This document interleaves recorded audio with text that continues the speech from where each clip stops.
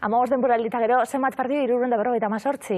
Hori da. Atletikeko historian sartuta zauz. Suposatzen dut, azkenean urte pilo bat izan dira jarraian, eta aukera eman diate jarraitzeko, eta aprobetxatu egin dut, ez dut esango zet.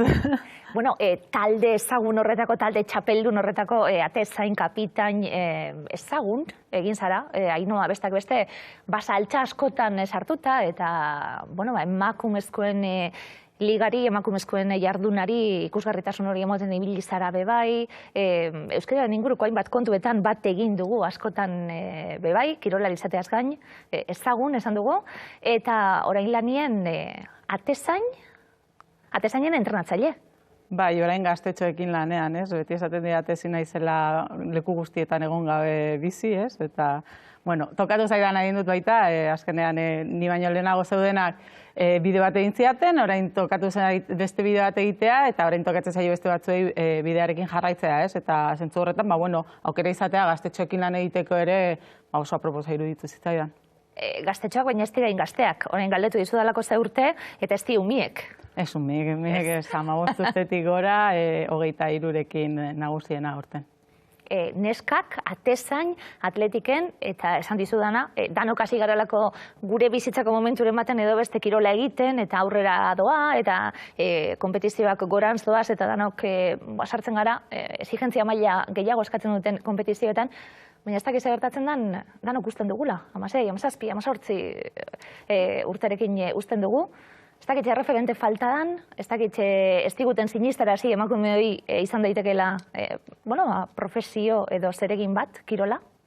Hori guztia, ez? Azkenean hitzarmenarekin hori aldatzea ere nahi genuen, ez baldin baduzu ikusten lanbide duin bat aurretik duzula, normalena da gaztaroan, ikasketak eta kirolaren artean erabakitu behar duzun momentu horretan, beti oreka alde batera apurtzea, ez?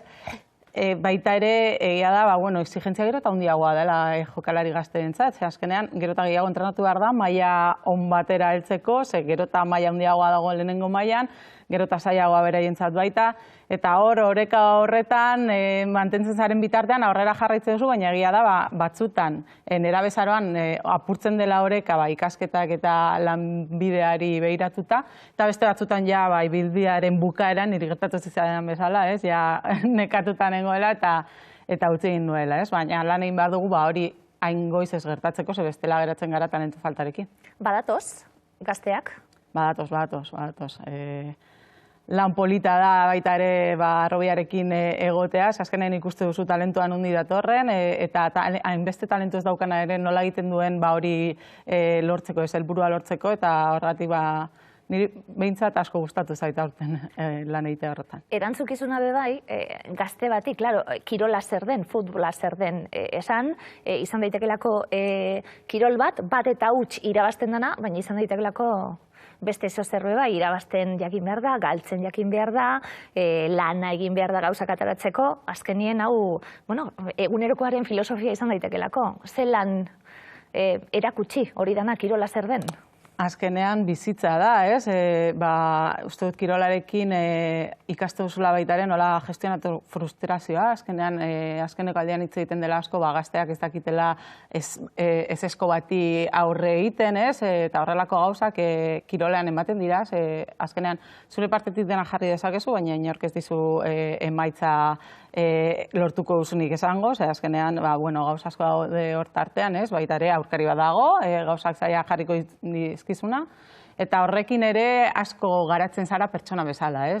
Niri behintzat horrela gertatu zizenan, eta uste dut gazteriari ere horrela gertatuko zaiola, azkenean errendimendura heltzen zarenean baita, kolpeak askotan gehiago izaten direlako irabazia baino eta postasuna baino.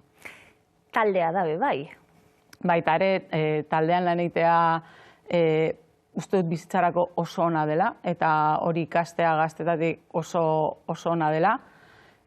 Gauza asko daude hor tartean, ze azkenean, multzo batean zaudenean, pertsona desberdinekin ikasi behar duzu aurrera ateatzen, eta baita ere pertsona guztien hoberen ateatzen, hori ez dela erreza, denentzat lan egitea. Eta zentzu horretan azkenean aldagela batek emate dizuna, niri behintzat pena gehien eman dian erretiratu nahi zenean da aldagelarekin kontakturik ez izatea agurra egin nuen egunean, ez? Besarkadarik ez jasotzea, nire taldekia niretzat momentu horretan iaia nire familia ziren, eta ez nuen aukera hori izan, ez? Horrek esaten du, zen garrantzitsua den aldagela bat talde kirol batean, ez? Eta nola bizitzen dugun kirolariak hori. Emakumezko taldean gehiago? Ez dakit. Izan leike? Informazioa ez daukat, baina... Bestelako helburu batzuk danok batu zaituztenak beba, izangoen taldi ez gain, galetu nahi zut besteekiko harremana zein izan dan, oso sartute egon zarelako, zu zeuen eskubideen defentsan zate baterako. Bai, askotan esan digute emakumezkoen talde batea desberdina zala, zailagoa. Ez dakit zergaiti zailagoa. Azkenan desberdina izango da, seguro, baina pertsona guztiak direlako desberdinak. Baina uste dut bidali gutela baita ere mezu bat, emakumezkoak zailagoa ginela taldean lan egiteko, eta ez dut hori ikusi. Pilo bat urtzen banditut aldagela desberdinetan, eta beti taldea aurreratea da. Ez dakit zergaitik, mezu hori jasotzen dugu, eta gainera barneratzen dugu, ez? Uste dut horren aurka joatea ere beharrezkoa dela. Kontrakoa galdetzen dizulako, emakumezko talde baten elkartasun gehiago dauen, individualismo gitxiago, talde izaera hori kontuan izan da, edo ez, bai, beste estereotipo bat izan daitekelako hori. Ez, kanpotik hori esan digute, baina ikusi dudana izan da, azkenean, baliabide berdinekin eta errekurtso berdinekin zaudenean, egin behar duzun lana berdina dara. Hau da, kanpotik kolpeak jasotzen dituzunean eta zure errekurtsoak oso gutxi direnean, zaite duzu, batu eta danak borrokatu, baten aurka, hori errezagoa da, batzen gaitu, ez? Eta horrelako egoerak bizi izan ditut beti aldageletan, ez dut ikusi, kanpotik esaten zugutena behintzat. Oinarrizko eta minimo gauza batzuk eskatzen egon zarete, futbolari moduen kasu honetan, berdintasunerako bide horretan berdintasuna ez dagoelako, berdintasuna milioi bat kilometrora dagoelako momentu honetan, baina gutxiengo gauza ziren eta oso normalak baja bat izan da, edo amatasun baja bat izan da, edo min hartuta, seguridade sozial bat izati eta soldata bat izati, ez da? Hitz egin behar da honi buruz, denpora danan, Ainhoa, ja barneratuta daukazue bat eta bi irabazteaz gain honi buruz hitz egin beharko duzuela elkarrizketa denatan? Ez dakit, behintzat entzuten gaituzte.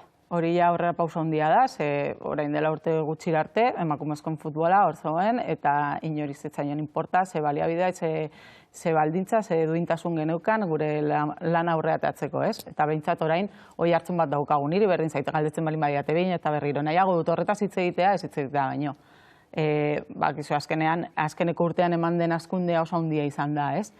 Eta ze gutxi eskatzen genuen argi dago, azkenean, uste dute, alderdi politiko guztiak gure alde zeuden, ez? Hori oso zaila da. Normalean ez da gertatzen zerbait da, ez? Azkenean, horrek esan nahi du eskatzen genuena oso duina zara. Azkenean, ezakit, uste dute, inork ezin zuela eseskoa esan eskatzen genuenaren aurrean, ez? Kostazitzaigunea izan zen lanaldiarena, azkenean hor atzera pausu bat eman behar izan genuen jokalariak aurreatatzeko, baina beste puntu guztiak uste dut zentzuzkoak zirela.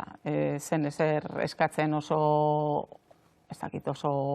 ezinezkoa zena, diruarekin ere arazoan jarri zizkiguten, baina hor plantatu ginen gehiago, azkenean ezin zara lehenengo mailako jokalari bat izan, ez balin baduzu soldata duin bat. Eta ez da hain duina lortu genuena, hori ere esan behar da. Bai, oso numero normalatan egon zinetelako, 10.000 entzutezan, 15.000 hor dagoelako, oso zenbaki normalak. Irudiak ikusten, apurtxo bete, irudiak oso unkigarriak izan dielako, guk jarraitu dugu, aktualidadeko programa bat izan da, eta bar, orain hilabete batzuk atzera joan da, planto egin zenutelako, era, indartxo baten, planto, onaino. Beharrezkoa zen, azkenean ez genuen aukerarik, aurrera atera nahi bagenuen, hor zegoen gure indarra, batez ere, oso arronago erakutsi genuen batasunaz, eta bestalde batetik jokalariak emakumezkoak lortu genuelako mutilen babesa behar gabe. Hau da, askotan esaten dugute mutilen pean gaudela, beren diruaren baliabideak erabiltzen ditugula, bere bultzada behar dugula beti, eta ez. Aldundu ginen, gure borroka ginez, planto ginez, indartsu eta helburua lortuz, azkenean. Kasu honetan, esan duguna, bestelako taldekideek ere bat eginda, zuen kausan, klubean bertan, gizartean bertan, honek aldaketa bat ekarri duelako? Baina gizarteak daukan aldaketa da. Azkenean, futbola bizitza da, eta bizitzaren parte da. Azkenean, gizartean aldaketa bat balin badago, eta martxoak sortzi den bakoitzean, gizarte mugitzen balin bada, eta kalea ateratzen balin bagara, hori ere, emakume kirolarientzat bultzada bat da, eta nabaritu dugu, zentzu horretan, eskatzen genuena, jende guztiak ikusten zuelako bidezkoa zela, eta duintasun baten bidean lortu behar genuela, eta lagundu gaitu mugimendu feminista osoa, klaro.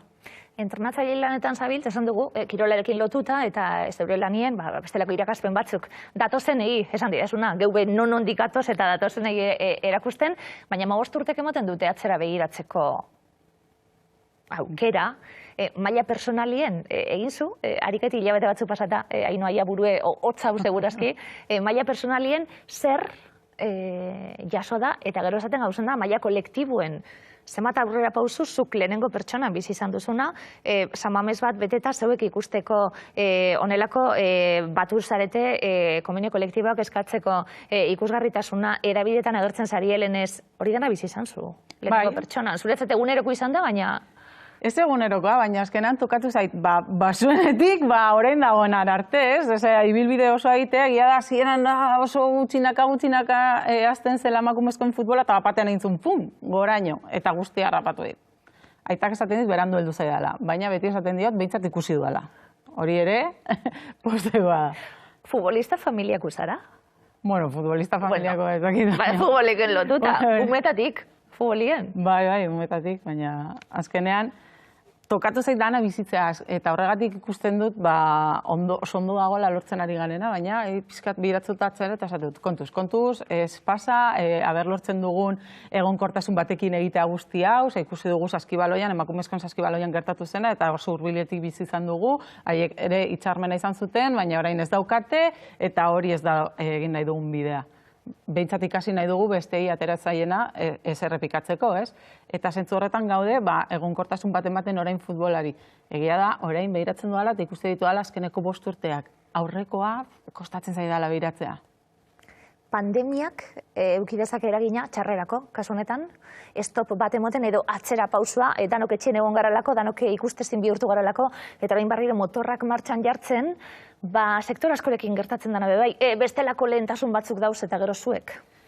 Agian bai, baina baita ere iruditzen zait dala kirola zuzenan ikusteko aukera merke bat familientzat. Hau da, gizonezkoen futbola oso garesti dago. Orain Eurokopan, ematen ziren sarrerak eta 100 eurokoak baino gehiago, ez? Hori familia batentzat, igual ez da jasangarria, baina emakumezkoen futbola bai, ze merkeagoak dira sarrera, familia giro batean bizitzen da baita, eta hor daukat esperantza, ez? Ez ikustein beste kolpea emakumezkoen futbolean, urrengo denboraldirako, azkenean, familia giro bat zelako, prezioak hor mugitzen direlako, 50 euro inguruan egoten direlako, depende ze edade daukan bakoitzak, eta zentzu horretan uste dut kolpea gutxiago izango dela, baina ez dakit. Beldurra hor dago, zer gertatuko den, egia da, telebistak azkenean sartu direla, eta hor dagoela beste gatazka bat, ari asko, hau ja, pausuz pausu du, honek ari asko ditu. Hau ez da inoiz bukatzen, baina telebista eskubideak hor daude baita, borrokan, profesionala izango den liga, eta ez dakizen bat gauza daude bidean, horregatik esaten zut, jarraitzen du aurrera. Azkenek urtean eman dena liga profesional izango dela, ez dela izango, niretzat, hitzarmenarekin gertatu zen berbera izan zen.